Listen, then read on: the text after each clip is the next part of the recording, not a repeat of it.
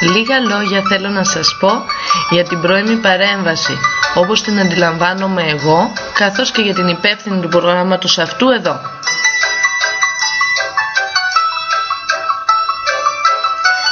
Η πρώιμη παρέμβαση λοιπόν είναι σημαντική από τα πρώτα χρόνια της ζωής, όχι μόνο για το παιδί αλλά και για την οικογένεια ολόκληρη.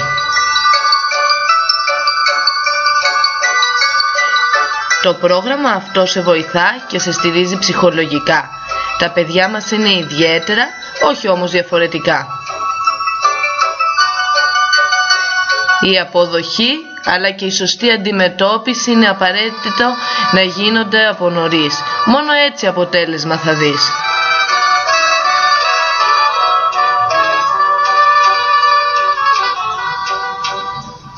Μόλις 2 χρονών παιδί ήταν η Αγγελική όταν ήρθαμε σε επαφή. Τότε όλα ήταν δύσκολα, φάνταζαν με βουνό. Όμως η Αλεξάνδρα ήταν δίπλα μας και το δύσκολο το έκανε απλό. Άνθρωπος αληθινός λοιπόν είναι πάντοτε αυτός που σε ακούει όποτε θες και σου κρατάει το χέρι στις δύσκολες στιγμές.